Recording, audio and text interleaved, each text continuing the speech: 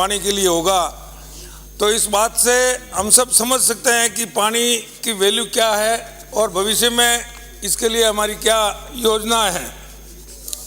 सभापति महोदय, मेरे विधानसभा क्षेत्र सांचौर में 2008 से नर्मदा का पानी आ रहा है। मैं धन्यवाद देता हूं पिछली हमारी भाजपा सरकार को और उस समय की उस व्यवस्था को जिन्होंने प्रयास करके जो पानी 2015-16 में आना था वो 2008 में सांचौर में ला करके सांचौर की जनता को लाभान्वित किया और उसके आस पड़ोस में गुड़ा और अड़ोस पड़ोस के गांवों को भी उस पानी का लाभ मिला। वर्तमान में हमारे लोकप्रिय नेता आदरणीय नरेंद्र मोदी जी ने जो जल जीवन मिशन का कार्य पूरे भारत में हाथ में लिया है, उसके बारे में मैं आपसे कुछ निवेदन करना चाहूँगा। वैसे जल जीवन मिशन का मतलब तो ये था कि भाई हर घर में जल हो, हर नल में जल हो, हर घर में नल हो, लेकिन पिछली कांग्रेस सरकार ने जिस प्रकार से टेंडर वगैरह दे करके जो आपाधापी करी है और जो उसमें भ्रष्टाचार किया है, उसका आकलन अगर करने जाएं तो मेरे लिए पूरा दिन भी कम पड़ेगा।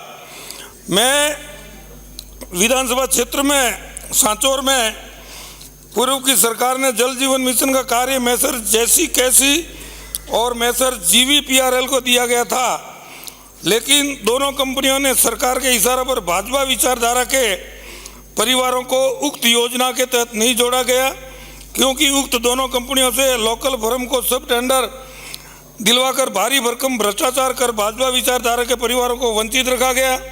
साथ ही तमाम जगह पर ऐसी जगह से पाइपलाइनें डाली गई जहां से वंचित परिवार फायदा प्राप्त नहीं कर सकते।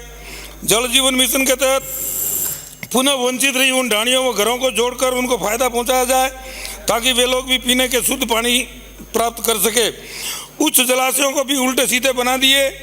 उदाहरण के लिए ग्राम पंचायत भाटकी एसआर पंचायत के पश्चिम में बनाकर पूर्व की सप्लाई का सिस्टम रखा, जो सरासर गलत है।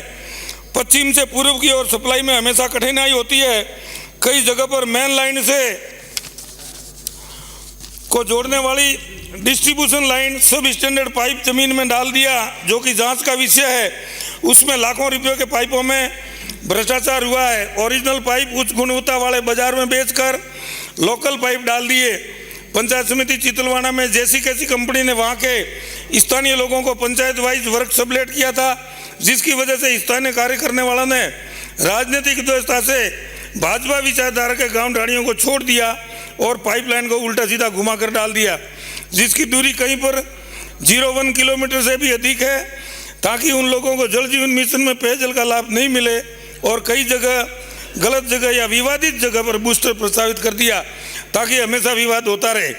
उदाहरण के लिए पुरोहितों की ढाणी दाता बूस्टर वर्तमान में सरपंच के खेत में लगा दिया ताकि पुरोहितों की ढाणियों को लाभ न मिल सके, जिसकी मैंने शिकायत जैसी कैसी कंपनी के अधिकारियों से की और उन्होंने उसमें सुधार करने का आश्वासन भी दिया, मगर अभी तक कोई सुधार किया नहीं है। पिछले एक बहुत बड़ा उदाहरण देता हूं सभापति महोदय, मैं इसके बाद खत्म करता हूं, ये लास्ट है।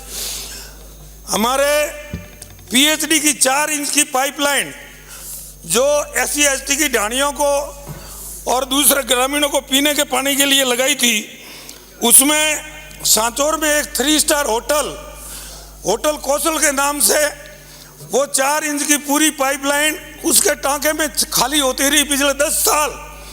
और अभी वर्तमान में हमारी सरकार बनने के बाद हमारे एक पीएचडी के ईमानदार अधिकारी ने उस चोरी को पकड़ी और उस होटल को नोटिस दिया।